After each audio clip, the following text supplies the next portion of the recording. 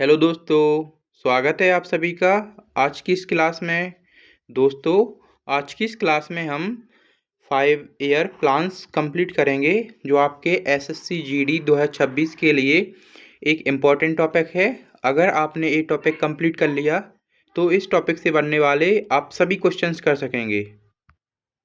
आज की क्लास में हम 12 पंचवर्षीय योजनाएं देखेंगे जो 1951 से 2017 तक जारी रही थी। पहले देखते हैं पंचवर्षीय योजनाओं का परिचय, जो कि 1951 से लेकर 2015 तक रही और 2015 में योजना आयोग के स्थान पर नीति आयोग को बनाया गया और पंचवर्षीय योजनाओं को समाप्त किया गया। टोटल 12 प्लान्स हैं। अगर इन प्लान्स का उद्देश्य देखें तो भारत के आर्थिक और सामाजिक विकास के लिए योजना आयोग द्वारा तैयार की गई रणनीतियाँ, कुल 12 पंचवर्षीय योजनाएं लागू की गईं। इस योजना ने कृषि उद्योग और आधुनिकीकरण की मजबूत नींव रखी। अंतिम पड़ाव 2015 में योजना आयोग के स्थान पर नीति आयोग की स्थापना की गई। तो ये पंचवर्षीय योजनाओं का एक संक्षिप्त परिचय है। आगे है पहले है पहली पंचवर्षीय योजना। अगर इसके कार्यकाल की बात करें तो इसकी टाइमलाइन है 1 अप्रैल 1951 से 31 मार्च 1956 तक यह योजना चली। अगर इसके नेतृत्व और मॉडल की बात करें तो इस समय प्रधानमंत्री जवाहरलाल नेहरू थे और यह मॉडल हेराल्ड डोमर मॉडल कहलाता है। अगर इसके विकास दर की बात करें तो इसका लक्ष्य था 2.1% प्राप्त करना और इसमें 3.6% विकास दर हमने हासिल की। इसकी फोकस की बात करें तो कृषि उत्पादन व सिंचाई व्यवस्था इसका प्रमुख केंद्र था और इसे कृषि योजना भी कहा जाता है। मुख्य उपलब्धियों की बात करें तो बांधों और सिंचाई परियोजनाओं में सुधार करना ही इस योजना का मुख्य उद्देश्य था। तो पहली पंचवर्षीय योजना है जो कि 1 अप्रैल 1951 से 31 मार्च 1956 तक चली। इस समय प्रधानमंत्री पंडित जवाहरलाल नेहरू थे और यह हेराल्ड डोमर मॉडल पर आधारित थी। इसकी विकास दर की बात करें तो 2.1% थी और 3.6% हमने हासिल की। इसका मुख्य उद्देश्य कृषि उत्पादन व सिंचाई व्यवस्था पर था और इसे कृषि योजना भी कहा जाता है। बांधों और सिंचाई परियोजनाओं में सुधार करना ही इस योजना का मुख्य लक्ष्य था। आगे है दूसरी पंचवर्षीय योजना जो कि 1 अप्रैल 1956 से 31 मार्च 1961 तक। इस समय प्रधानमंत्री पंडित जवाहरलाल नेहरू थे। अगर इस योजना के मॉडल की बात करें तो यह पीसी महालनोबिस मॉडल पर आधारित थी और इसका लक्ष्य था 4.5% और इसने 4.2% लक्ष्य हासिल किया।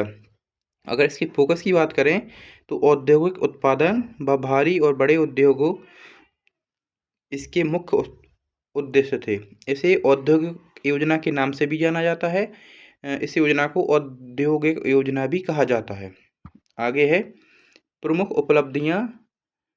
इस योजना के तहत 3 विशाल स्टील प्लांट स्थापित किए गए। दूसरी योजना के तहत स्थापित भारी उद्योग व अंतर्राष्ट्रीय सहयोग, जैसे पहला है भिलाई स्टील संयंत्र जो कि भिलाई में लगाया गया। यह उड़ीसा में स्थित है और इसमें यूएसएसआर ने सहयोग दिया था। दूसरा है दुर्गापुर स्टील प्लांट, यह पश्चिम बंगाल का है और इसमें ब्रिटेन ने सहयोग दिया था। इसके बाद है राउरकेला प्लांट जो कि उड़ीसा में है और इसमें वेस्ट जर्मनी ने सहयोग दिया था। तो दूसरी पंचवर्षीय योजना के तहत भारत में 3 प्लांट स्थापित किए गए। पहला है भिलाई स्टील प्लांट जो कि छत्तीसगढ़ में है और यूएसएसआर के सहयोग से यह बनाया गया था। दूसरा है दुर्गापुर स्टील प्लांट जो कि पश्चिम बंगाल में है और ब्रिटेन के सहयोग से बनाया गया था। तीसरा है राउरकेला प्लांट जो कि उड़ीसा में है और पश्चिमी जर्मनी की सहायता से यह प्लांट बनाया गया था। आगे देखते हैं तीसरी पंचवर्षीय योजना। इसका कार्यकाल है 1 अप्रैल 1961 से 31 मार्च 1966 तक। इस समय प्रधानमंत्री नेहरू थे। इसके बाद लाल बहादुर शास्त्री और इंदिरा गांधी। इसका मॉडल है चक्रवर्ती मॉडल और गॉडगिल योजना। अगर इसके लक्ष्य की बात करें तो इसका लक्ष्य था 5.6% और इसने 2.8% ही प्राप्त किया। न्यूनतम या सर्वाधिक असफल योजना है यह। इसका मुख्य उद्देश्य था आत्मनिर्भरता, कृषि तथा उद्योग। विफलता के कारण है युद्ध और सूखा, क्योंकि इस समय युद्ध हो रहे थे, इसीलिए ये योजना असफल रही। क्योंकि 1962 में इंडो चाइना वॉर और 1965 में इंडो पाकिस्तान वॉर के कारण यह योजना असफल रही। इसी योजना के दौरान हरित क्रांति की शुरुआत की गई भारत में। इसके बाद योजना अवकाश आया, प्लान हॉलीडे, जो कि 1 अप्रैल 1966 से 31 मार्च 1969 तक रहा। इस समय प्रधानमंत्री थी इंदिरा गांधी। और अवकाश का मुख्य कारण है संसाधनों की भारी कमी और अभाव, क्योंकि इस समय 2 युद्ध हुए थे, 1965 में चाइना और भारत का युद्ध और 1965 में भारत और पाकिस्तान का युद्ध। इसीलिए यह योजना असफल रही और संसाधनों की भारी कमी देखने को मिली। लगातार युद्ध और सूखे के कारण अर्थव्यवस्था को स्थिर रखने के लिए पंचवर्षीय योजनाओं को रोककर वार्षिक योजनाएं चलाई गईं। यानी कि 1 अप्रैल 1966 से 31 मार्च 1969 तक एक वर्ष की योजनाएं चलाई गईं। आगे है चौथी पंचवर्षीय योजना, जो कि 1 अप्रैल 1969 से लेकर 31 मार्च 1974 तक चली। इस समय प्रधानमंत्री इंदिरा गांधी थी। अशोक रुद्र मेनन मॉडल पर यह योजना आधारित थी। इसका लक्ष्य था 5.6% और इसने 3.3% ही प्राप्त किया। अगर मुख्य उद्देश्य की बात करें तो स्थिरता के साथ समृद्धि तथा प्रगतिशील आत्मनिर्भरता इस योजना की उद्देश्य थे। मेजर माइलस्टोन्स की बात करें तो 19 जुलाई 1969 में 14 प्रमुख बैंकों का ऐतिहासिक राष्ट्रीयकरण किया गया। 14 बैंकों का 19 जुलाई 1969 को पीएम इंदिरा गांधी ने इनका राष्ट्रीयकरण किया। 1969 में ही गॉडगिल फॉर्मूला लागू, राज्यों की योजनाओं में केंद्रीय सहायता के लिए। आगे है 5वीं पंचवर्षीय योजना, जो 1 अप्रैल 1974 से 31 मार्च 1978 तक चली। इस समय प्रधानमंत्री इंदिरा गांधी, इसके बाद आए मोरारजी देसाई। इसका मॉडल है डीपी धर मॉडल और इसका लक्ष्य था 4.4% और इसने 4.8% प्राप्त किया। इसका मुख्य उद्देश्य था निर्धनता उन्मूलन और मुद्रास्फीति नियंत्रण। अगर इसके प्रसिद्ध नारे की बात करें तो गरीबी हटाओ इसका प्रसिद्ध नारा था, जो कि इंदिरा गांधी जी के द्वारा दिया गया था। जनता पार्टी या मोरारजी देसाई सरकार द्वारा इस योजना को 1 वर्ष पहले ही समाप्त कर दिया गया। यानी कि ये योजना 1979 तक चलनी थी, लेकिन मोरारजी देसाई जनता पार्टी की सरकार ने इसे 1 वर्ष पहले ही समाप्त कर दिया। इसके बाद मोरारजी देसाई सत्ता में आए और उन्होंने पंचवर्षीय योजनाएं समाप्त कर दी और अनवरत या रोलिंग प्लान शुरू किए, जिसकी अवधि 1978 से 1980 तक है। इस समय प्रधानमंत्री मोरारजी देसाई, फिर कुछ समय के बाद चौधरी चरण सिंह बने। इसका मुख्य उद्देश्य वार्षिक योजना पर योजना के लक्ष्य व आवंटन तय करना। यह योजना 5वीं योजना को समय से पहले समाप्त करने के बाद लागू की गई थी, ताकि आर्थिक नियोजन को अधिक लचीला बनाया जा सके। यानी कि अब योजनाएं वार्षिक आधार पर योजना के लक्ष्य व आवंटन को तय किया जाएगा। पहले 5 वर्ष के बाद किया जाता था, लेकिन मोरारजी देसाई सरकार ने इसे वार्षिक आधार पर कर दिया। आगे है 6ठी पंचवर्षीय योजना, जो 1 अप्रैल 1980 से 31 मार्च 1985 तक चली। इस समय प्रधानमंत्री थी इंदिरा गांधी और इसके बाद रहे राजीव गांधी। इसका लक्ष्य था 5.2% और वास्तविक अगर आप प्राप्ति की बात करें तो 5.7% इस योजना ने सफलता प्राप्त की। मुख्य उद्देश्य था आधुनिकीकरण और तकनीकी विकास। 15 अप्रैल 1980 को 6 और प्रमुख बैंकों का राष्ट्रीयकरण किया गया। आगे है 7वीं पंचवर्षीय योजना, जो कि 1985 से 1990 तक रही। इस समय प्रधानमंत्री राजीव गांधी और बीपी सिंह थे। इसका लक्ष्य था 5% और इसने 6% प्राप्त किया। 12 अप्रैल 1988 को सेबी की स्थापना की गई। SEBI security exchange board of India, इसकी स्थापना 12 अप्रैल 1988 को की गई थी, जो कि भारत में स्टॉक एक्सचेंज को मतलब नियंत्रित करता है। खाद्यान्न उत्पादकता और क्षेत्रीय असमानता में कमी ही इस योजना का मुख्य उद्देश्य था। इसके बाद फिर से योजना अवकाश, जो कि 1990 से 1992 तक रहा। कारण है इसका देश में भारी राजनीतिक अस्थिरता के कारण योजनाएं रुकी। आगे है 8वीं पंचवर्षीय योजना, जो कि 1 अप्रैल 1992 से 31 मार्च 1997 तक चली। इस समय प्रधानमंत्री देखने को मिलते हैं PV नरसिम्हा राव, अटल बिहारी वाजपेयी और HD देवगौड़ा। इसका मॉडल है जॉन मिलर मॉडल। इसका लक्ष्य था 5.6%।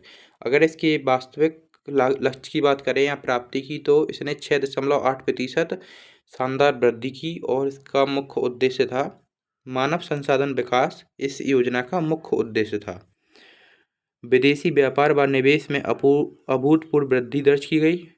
LPG पॉलिसी लागू की गई और निजीकरण या प्राइवेटाइजेशन को बढ़ावा दिया गया। तो इस योजना के ये 3 मुख्य उद्देश्य हैं। आगे है 9वीं पंचवर्षीय योजना, जो 1 अप्रैल 1997 से 31 मार्च 2002 तक चली। इस समय प्रधानमंत्री HD देवगौड़ा, IK गुजराल और अटल बिहारी देखने को मिलते हैं। 6.5% इसका लक्ष्य था और 5.4% ने प्राप्त किया। सामाजिक न्याय और समानता के साथ विकास करना इसका मुख्य उद्देश्य था। ऐतिहासिक महत्व की बात करें तो यह योजना भारत की स्वतंत्रता के 50वें वर्ष में शुरू की गई थी। आगे है 10वीं पंचवर्षीय योजना, जो 1 अप्रैल 2002 से 31 मार्च 2007 तक इसका कार्यकाल है। इस समय प्रधानमंत्री अटल बिहारी वाजपेयी और डॉक्टर मनमोहन सिंह देखने को मिलते हैं। इसका लक्ष्य है 8% और इसने हासिल 7.6% किया। समानव्ययी विकास और समानता इसका मुख्य लक्ष्य था। 2005 में नरेगा एक्ट आया, काम का अधिकार दिया गया, सुनिश्चित करने के लिए उठाया गया एक ऐतिहासिक कदम था नरेगा एक्ट 2005। आगे है 11वीं पंचवर्षीय योजना, जो 1 अप्रैल 2007 से 31 मार्च 2012 तक रही। प्रधानमंत्री इस समय डॉक्टर मनमोहन सिंह थे। इसका लक्ष्य था विकास दर 9% और मुख्य उद्देश्य की बात करें तो समावेशी और सतत विकास ही इसका मुख्य उद्देश्य था। इसका लक्ष्य 9% विकास दर हासिल करना था और इसने 8% विकास दर हासिल की। यह अब तक की सभी पंचवर्षीय योजनाओं में सबसे अधिक दर्ज की गई विकास दर थी। आगे है 12वीं पंचवर्षीय योजना और अंतिम, जो 1 अप्रैल 2012 से 31 मार्च 2017 तक रही। इस समय प्रधानमंत्री डॉक्टर मनमोहन सिंह और नरेंद्र मोदी देखने को मिलते हैं। इसका लक्ष्य था 8%। मुख्य उद्देश्य की बात करें तो तीव्र, अधिक समावेशी व सतत विकास इस योजना का मुख्य लक्ष्य था। 1 जनवरी 2015 को नीति आयोग की स्थापना की गई और योजना आयोग के 65 साल पुराने युग का ऐतिहासिक समापन हुआ। 1 जनवरी 2015 को PM मोदी के द्वारा योजना आयोग के स्थान पर नीति आयोग की स्थापना की गई। नीति आयोग की फुल फॉर्म की बात करें तो national institution for transforming India, इसका फुल फॉर्म है। आगे है अगर आर्थिक विकास के प्रमुख मॉडलों की बात करें तो हैरोल्ड डोमर मॉडल पहली पंचवर्षीय योजना, महालनोबिस मॉडल दूसरी योजना, चक्रवर्ती या गॉडगिल मॉडल तीसरी योजना, अशोक रुद्र मेनन मॉडल चौथी योजना, DP धर मॉडल 5वीं और जॉन मिलर मॉडल 8वीं योजना। ये प्रमुख योजनाओं के प्रमुख मॉडल हैं। आगे है एक नए युग की शुरुआत, नीति आयोग का विजन। 12वीं पंचवर्षीय योजना के समापन के साथ भारत ने नियोजन का एक बिल्कुल नया और आधुनिक ढांचा अपनाया। पहली पंचवर्षीय योजना बनाई गई जिसकी अवधि 1 अप्रैल 2017 से 31 मार्च 2032 तक रही। उद्देश्य था न्यू इंडिया का निर्माण और दीर्घकालिक राष्ट्रीय लक्ष्यों की प्राप्ति। 65 वर्षों की इन ऐतिहासिक पंचवर्षीय योजनाओं ने आज के आधुनिक और सशक्त भारत की मजबूत नींव रखी। दोस्तों, आज की क्लास में हमने 12 पंचवर्षीय योजनाओं को कंप्लीट किया, जो आपके आने वाले एसएससी जीडी एग्ज़ाम के लिए इम्पोर्टेंट हैं। तो दोस्तों मिलते हैं कल की क्लास में।